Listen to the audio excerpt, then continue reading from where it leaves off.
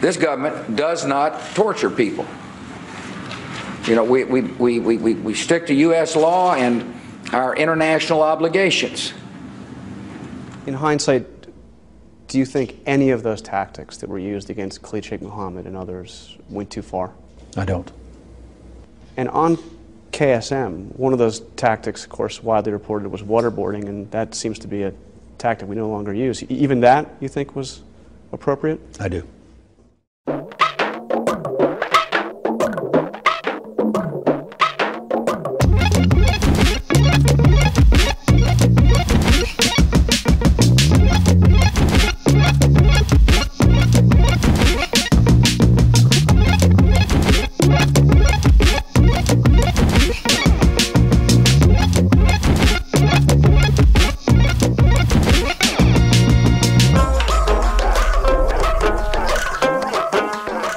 Khalid Sheikh Mohammed and others were swept up in the high-value detainee program.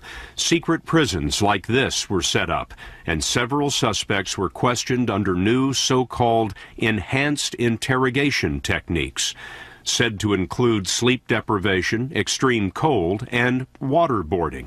That's been portrayed as we sat around the campfire and said, oh boy, now we go get to torture people. Well, we don't torture people. Let me say that again to you. We don't torture people. Okay? Come on, George. We don't torture people. Khalid Sheikh Mohammed. We don't torture people. Waterboarding. We do not. I don't talk about torture. techniques, and we don't torture people. But what you're essentially saying is some people need to be tortured. No, I did not say that. I did not say that. You're telling me that the enhanced interrogation... I did not say that. We do not torture. Listen to me. Well, you call it in the book enhanced interrogation technique. Well, that's what we call it. That's a euphemism. Well, I'm not having a semantic debate with you. I'm telling you what I believe. Anybody ever die in the interrogation program? No. You're sure of that? Yeah. In this program that you and I are talking about, no. They're wrong. You can't expect me and people in this government to do what we need to do to protect you and your family if we don't have the tools that we think are necessary to do so. And you said within the law, and yet you admitted that there were these CIA secret facilities.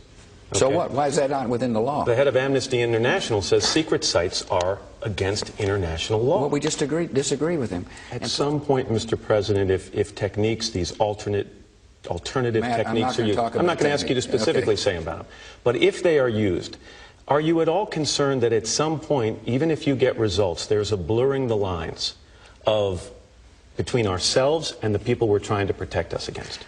Matt, I'm just telling you, what this government has done is to take steps necessary to protect you and your family. You asked me about your family, and you represent a lot of other people. Mm-hmm.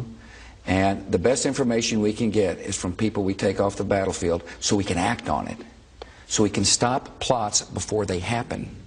And whatever we have done is legal. That's what I'm saying. It's in the law. We had lawyers look at it and say, Mr. President, this is lawful. That's all I can tell you. I'm not...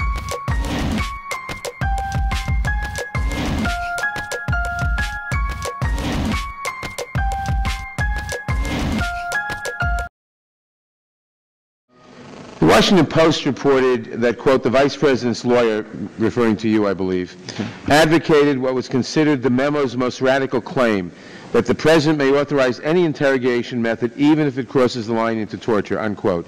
Is that accurate? That the Washington Post said that? No, not that the Washington Post said it. Is the Washington Post correct in saying that? Could you repeat it? I have to listen closely. That you advocated what was considered the memo's most radical claim, that the President may authorize any interrogation method even if it crosses the line into torture. No, I don't believe I did advocate that. What I said was in the meeting we had with Mr. Gonzalez and Mr. Yu and me present, Mr. Yu ran through, here are the topics I'm going to be addressing, one of which is the constitutional authority of the President, separate from issues of statutes. My answer is good. I'm glad you're addressing these issues. So in other words, you didn't advocate any position. You simply said, I'm glad you're going over these topics. Correct. Okay. Now, do you believe that the President can order violations of the federal torture statute if he believes it necessary for national security under his Article 2 or any other powers? I'll answer that carefully, because although in common conversation we're used to using words like torture and meaning a common conversation, what we're talking about are laws here. There's a federal statute which implements a treaty. Well, let me just narrow the question. Do you believe the President can order violations of a federal statute if he believes it necessary for national security?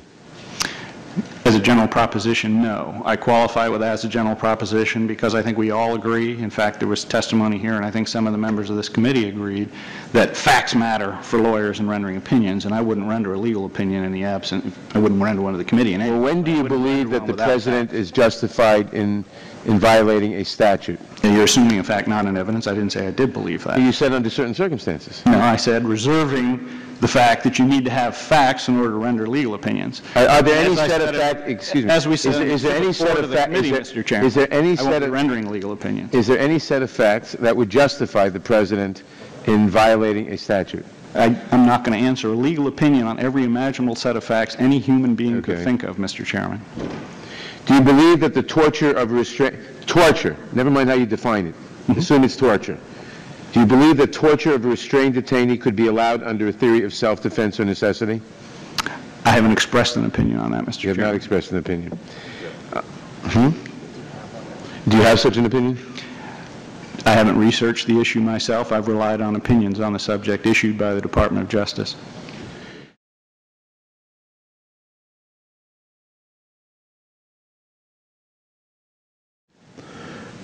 During a public debate, it was reported you were asked if the President could order that a suspect's child be tortured in gruesome fashion, and you responded that, I think it depends on why the President thinks he needs to do that.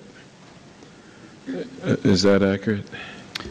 Mr. Chairman, I don't believe it's accurate because it took what I said out of context. The quote stopped right before I continued to explain a number of things, which I appreciate the opportunity to do. But so far what I read was accurate, but there was more. It was like it stops like mid-sentence. So I didn't get to finish. I mean, I finished the sentence during the debate, but I didn't get a chance to. Thank you.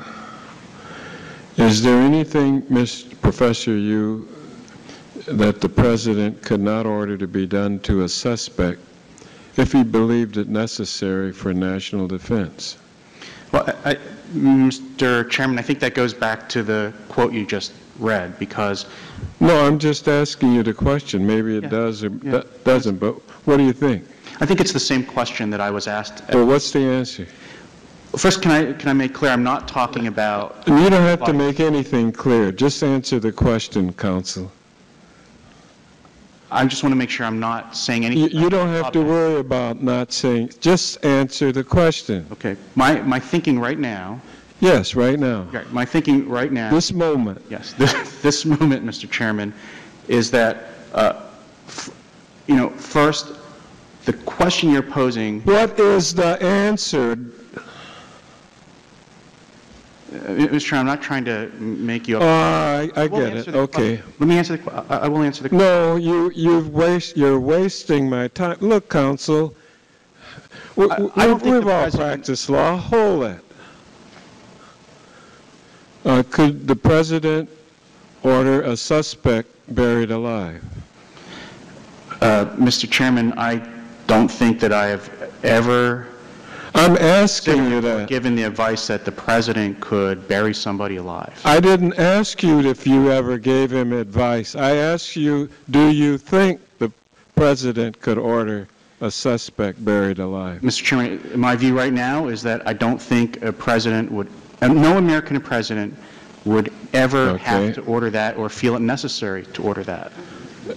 I think we understand the games that are being played. This government does not torture people. You know, we stick to U.S. law and our international obligations. Either you are with us or you are with the terrorists.